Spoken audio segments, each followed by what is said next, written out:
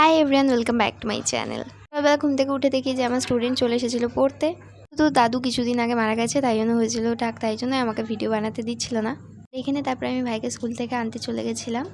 যেহেতু ভাইয়ের সকাল সকালই পরীক্ষাগুলো হয়ে যাচ্ছিলো, তাই জন্য তাড়াতাড়ি করে ওকে স্কুল থেকে এনে নিয়েছিলাম।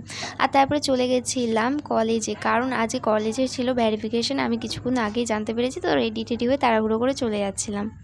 কিন্তু হয়ে গেছিলাম আমি অনেক লেট। আর কি বা করা যাবে, লেট যেহেতু হয়ে গেছি তো কাউকে তো সঙ্গে নিয়ে যেতে হবে। তাই প্রণবকে বললাম একটু ছেড়ে দিতে, তাই ও বললো ঠিক আছে চল।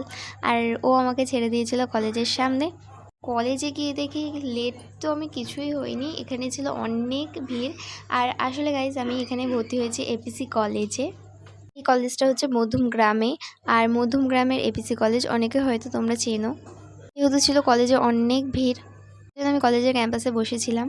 তারপর একটু হাঁটাহাঁটি করছিলাম। আজকের ভিডিওটা একটুখানি গাইজ, তোমরা আমার চ্যানেলটাকে সাবস্ক্রাইব